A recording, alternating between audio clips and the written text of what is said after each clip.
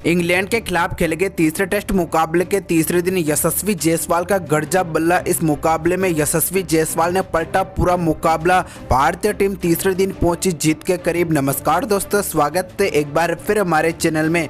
भारत बनाम इंग्लैंड के बीच खेले गए तीसरे टेस्ट मुकाबले के तीसरे दिन यशस्वी जायसवाल का तूफानी शतक तो वहीं पर शुभमन गिल के शानदार पारी के चलते हुए किस प्रकार दोनों खिलाड़ियों ने तीसरे टेस्ट मुकाबले के दिन भारतीय टीम को जीत के करीब पहुंचा दिया, ये बताएंगे। भारत बनाम इंग्लैंड के बीच खेले गए तीसरे टेस्ट मुकाबले के पूरे दिन का पूरा रोमांच। लेकिन उससे पहले अभी तक आपने हमारे चैनल को सब्सक्राइब नहीं किया तो क्रिकेट से जुड़ी हर छोटी सी बड़ी खबर के लिए हमारे चैनल को सब्सक्राइब करके बेल आइकन जरूर दबा लें। तो दोस्तों, तीसरा टेस्ट मुकाबले के तीसरे दिन इंग्लैंड की ओर से जोई रूट, बेन डकेट फिर से टीम इंडिया के खिलाफ बल्लेबाजी के लिए उतरे। तो 38वें ओवर की तीसरी गेंद पर जसप्रीत बुमराह की इस गेंद पर बैकपाइट पॉइंट की ओर जोई रूट के बल्ले से दिन का पहला चौका देखने को मिला। तो इसके बाद बेन डकेट ने भी एक और कमाल का चौका जड़ दिया। लेकिन 40वें ओवर की पांचवी गेंद पर जसप्रीत बुमराह की कमाल की गेंद पर जोई रूट यशस्वी जायसवाल को अपना केस थमा बैठे। इसी के साथ आज के दिन टीम इंडिया को पहली सफलता मिली। इस मुकाबले में जोई रूट ने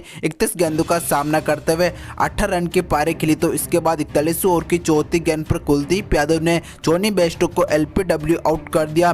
टीम इंडिया को चौथी सफलता मिली। इस मुकाबले में जॉनी बेस्टो गोल्डन डक का शिकार बने। टीम इंडिया को यहां पर बैक टू बैक बड़ी सफलता मिली। तो इसके बाद 45वें ओवर की पांचवी गेंद पर बेन डकेट ने कुलदीप यादव की इस गेंद पर रन लेकर इस मुकाबले में 150 रन की पारी खेली। काफी बेहतरीन बल्लेबाजी इंग्लैंड की ओर से बेन डकेट करते नजर आए। इसके बाद 50वें ओवर की दूसरी गेंद पर मोहम्मद सिराज की इस गेंद पर बेन स्टोक्स ने यहां पर मिड ऑन बाउंड्री लाइन की ओर चौका जड़ दिया। तो वहीं पर इसी ओवर की चौथी गेंद पर फिर से बेन स्टोक्स के बल्ले से इस बार एक्स्ट्रा कवर बाउंड्री लाइन की ओर शानदार चौका देखने को मिला। 50वें ओवर में इंग्लैंड की टीम ने कुल मिलाकर 2 चौके जड़ दिए। तो इसके बाद 51वें ओवर की पहली गेंद पर कुलदीप यादव ने बेन डकेट को यहां पर शुभमन गिल के हाथों कैच आउट करा दिया। इसी के साथ टीम इंडिया को 5वीं सफलता मिली। इस मुकाबले में बेन डकेट ने 153 रन की काफी बेहतरीन शतक की पारी खेली। भारतीय टीम को बेन डकेट के रूप में 5वीं सफलता मिली। तो इसके बाद दोस्तों बाई के तौर पर 54वें ओवर की पांचवी गेंद पर कुलदीप यादव की इस गेंद पर बेन स्टोक्स ने चौका जड़ दिया।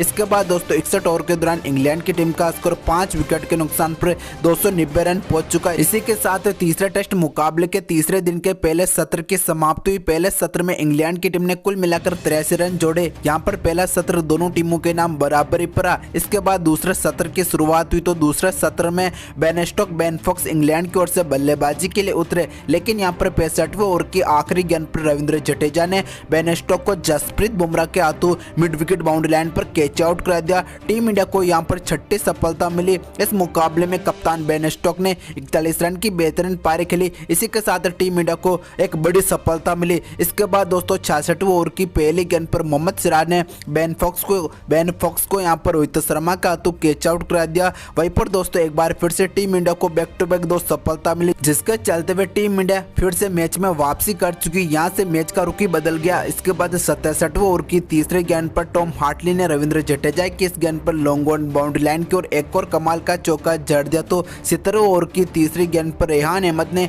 पंच शॉट की बदौलत एक बार फिर से एक्स्ट्रा कवर बाउंड्री लाइन की ओर मोहम्मद सिराज की इस गेंद को चौके तक भेज दिया। लेकिन यहाँ पर मोहम्मद सिराज ने वापसी करते हुए इसी ओवर की 5वीं गेंद पर रेहान अहमद को क्लीन बोल्ड आउट कर दिया। इसी के साथ टीम इंडिया को यहाँ पर 8वीं सफलता मिली। इस मुकाबले में रेहान अहमद ने 63 गेंदों का सामना करते हुए 6 रन की पारी खेली। इसके बाद दोस्तों 71 ओवर की दूसरी गेंद पर रविंद्र जडेजा ने टॉम हार्टली को यहां पर स्टंप आउट करा दिया। यहां पर रविंद्र जडेजा की इसी गेंद पर कमाल की स्टंपिंग हमें ध्रुव जुरैल की ओर से देखने को मिली। टीम इंडिया को यहां पर 9वीं सफलता मिली। इस मुकाबले में टॉम हार्टली ने 17 गेंदों का सामना करते हुए 9 रन की पारी खेली। तो फिर इंग्लैंड की ओर से जम्मी एंडरसन बल्लेबाजी के लिए उतरे। 71 ओवर की आखिरी गेंद पर मार्क वुड ने यहां पर चौका जड़ दिया। लेकिन 72 ओवर की पहली गेंद पर फिर से मोहम्मद सिराज ने जम्मी एंडरसन को क्लीन बोल्ड आउट कर दिया। इसी के साथ टीम इंडिया को 10वीं सफलता मिली। इस मुकाबले में जम्मी एंडरसन मात्र 1 ही रन का योगदान दे पाए, जिसके चलते हुए भारतीय टीम की गेंदबाजी के सामने 71.1 ओवर में इंग्लैंड की टीम 319 का स्कोर पर ऑल आउट हो गई। यहाँ पर भारतीय टीम ने 126 रन की लीड ले ली। 126 रन की लीड के साथ टीम इंडिया दूसरी पारी में बल्लेबाजी के लिए उतरी तो टीम इंडिया की ओर से इस मुकाबले में यशस्वी जायसवाल, टीम इंडिया के कप्तान रोहित शर्मा ने भारतीय टीम की सलामी पारी की शुरुआत की तो इंग्लैंड की ओर से जेमी एंडरसन पहले ओवर के लिए गेंदबाजी के लिए उतरे। जब पहले ओवर की 5वीं गेंद पर रोहित शर्मा ने जेमी एंडरसन की इस गेंद पर मिड विकेट बाउंड्री लाइन की और कमाल का चौका जड़ दिया तो वहीं पर इसी ओवर की आखिरी गेंद पर एक और चौका बैकवर्ड पॉइंट को यहाँ पर रोहित शर्मा के बल्ले से देखने को मिला, जिसके चलते हुए बैक टू बैक चौकों की मदद से पहले ओवर में रोहित शर्मा ने कुल मिलाकर 9 रन बटोर लिए। इसके बाद 90 ओवर की आखिरी गेंद पर टॉम हार्टले की इस गेंद पर एक और चौका एक्स्ट्रा कवर बाउंड्री लाइन को रोहित शर्मा के बल्ले से देखने को मिला। लेकिन दोस्तों 12वें ओवर की तीसरी गेंद पर जोई रूट ने रोहित शर्मा को एलपीडब्ल्यू आउट कर दिया। टीम इंडिया को पहला झटका लगा। इस मुकाबले में रोहित शर्मा ने 28 गेंदों का सामना करते 19 रन की पारी खेली तो फिर टीम इंडिया की ओर से नंबर 3 पर शुभमन गिल बल्लेबाजी के लिए उतरे। जहां इसी ओवर की 5वीं गेंद पर शुभमन गिल ने over mid wicket boundary line की ओर चौका जड़ दिया। कमाल का चौका शुभमन गिल के बल्ले से देखने को मिला। तो इसके बाद 16वें ओवर की पहली गेंद पर यशस्वी जायसवाल ने भी जोई रूट की एक और गेंद को एक्स्ट्रा कवर बाउंड्री लाइन की ओर भेज दिया, जिसके चलते हुए 16 ओवर के दौरान टीम इंडिया का स्कोर 44 रन पहुंच चुका। यहां तक दोनों टीमों के बीच खेले जा रहे तीसरे टेस्ट मुकाबले के दूसरे सत्र की समाप्ति चाय काल तक भारतीय टीम ने कुल मिलाकर 44 रन बटोर लिए। हालांकि रोहित शर्मा के रूप में टीम इंडिया ने एक बड़ा विकेट गंवा दिया।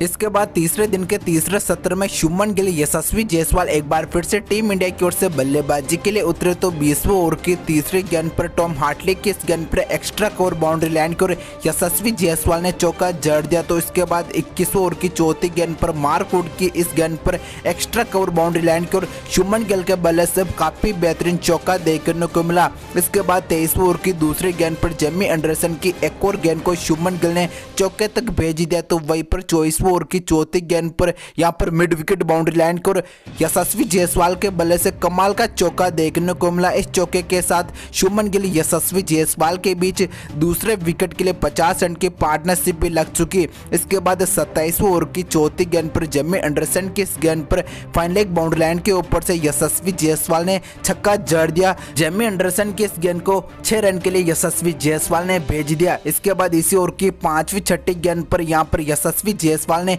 एक के बाद एक दो कमाल के चौके जड़ दिए, जिसके चलते हुए जेमी एंडरसन के 27वें ओवर में यशस्वी जायसवाल ने कुल मिलाकर 19 रन बटोर लिए। इसके बाद 28वें ओवर की 5वीं गेंद पर हार्टले के इस गेंद पर छक्का जड़ इस मुकाबले में यशस्वी जायसवाल ने इस मुकाबले में अपनी हाफ सेंचुरी पूरी की। तो वहीं पर इसी ओवर की आखिरी गेंद पर टॉम हार्टले की एक और गेंद को यशस्वी जायसवाल ने एक बार फिर से 6 रन के लिए भेज दिया। इस बार लॉन्ग ऑन बाउंड्री के ऊपर से यशस्वी जायसवाल के बल्ले से फिर से कमाल का छक्का देखने को मिला, जिसके चलते हुए 28 ओवर में यशस्वी जायसवाल ने कुल मिलाकर 14 रन बटोर लिए। इसके बाद 30वें ओवर की चौथी गेंद पर जोई रूट की इस गेंद पर मिड विकेट बाउंड्री लाइन की ओर एक और चौका जायसवाल ने जड़ दिया। तो वहीं पर 31वें ओवर की पहली गेंद पर रेहान अहमद की एक और गेंद को यशस्वी जायसवाल ने फिर से 6 रन के लिए भेज दिया। इस बार जायसवाल के बल्ले से एक और कमाल का छक्का लॉन्ग ऑन बाउंड्री के ऊपर से देखने को मिला। इसके बाद 33वें ओवर की तीसरी इसी ओवर की 5वीं गेंद पर कट टू पेस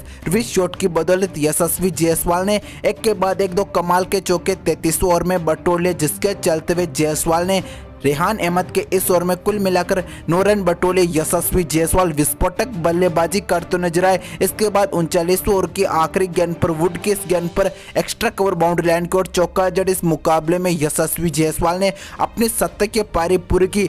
यशस्वी जायसवाल की शानदार 70 की पारी के चलते हुए टीम इंडिया एक तरफ जहां 292 रन की लीड ले चुकी तो वहीं पर 122 गेंदों का सामना करते हुए यशस्वी जायसवाल ने भी 100 रन की पारी खेल ली। इसके बाद 40वें ओवर की दूसरी गेंद पर जोई रूट की इस गेंद पर इस बार शुभमन गिल के बल्ले से लॉन्ग ऑन बाउंड्री के ऊपर से कमाल का छक्का देखने को मिला। इस बार शुभमन गिल ने मिड ऑन बाउंड्री के ऊपर से गेंद को 6 रन के लिए भेज दिया। इसके बाद 43वें ओवर की दूसरी गेंद पर इस बार मार्क वुड की इस गेंद पर फाइन लेग बाउंड्री के ऊपर से छक्का जड़ शुभमन गिल ने भी इस मुकाबले में अपनी हाफ सेंचुरी पूरी की। तो इसी ओवर की चौथी गेंद पर एक और चौका बैकवर्ड पॉइंट की ओर यहाँ पर शुभमन गिल ने मार्क वुड की इस गेंद पर जड़ दिया, जिसके चलते हुए वुड के इस ओवर में शुभमन गिल ने कुल मिलाकर 10 रन बटोर लिए। लेकिन यशस्वी जायसवाल चोट के चलते हुए मैदान से बाहर हुए। फिर नंबर 4 पर टीम इंडिया की ओर से रजत पाटीदार बल्लेबाजी के लिए उतरे। इसी बीच 45वें ओवर की आखिरी गेंद पर रेहान अहमद की इस गेंद पर शुभमन गिल ने एक और चौका बैकवर्ड पॉइंट की ओर जड़ दिया। 45 ओवर के दौरान टीम इंडिया का स्कोर एक विकेट के नुकसान पर 190 रन पहुंच चुका, लेकिन यहां पर 48वें ओवर की चौथी गेंद पर टॉम हार्टली ने रजत पाटीदार को रेहान अहमद के हाथों कैच आउट करा दिया। इसी के साथ टीम इंडिया को दूसरा झटका लगा। इस मुकाबले में रजत पाटीदार गोल्डन डक का शिकार बने। तो वहीं पर दोस्तों दिन का खेल समाप्त होने तक टीम इंडिया ने कुल मिलाकर 51 ओवर खेले। 51 ओवर के दौरान टीम इंडिया का स्कोर 2 विकेट के नुकसान पर 196 रन पहुंच चुका। टीम इंडिया ने इंग्लैंड के खिलाफ 322 रन की लीड ले ली। आज के दिन टीम इंडिया की ओर से यशस्वी जायसवाल की 104 रन की शतक की पारी देखने को मिली। तो वहीं पर शुभमन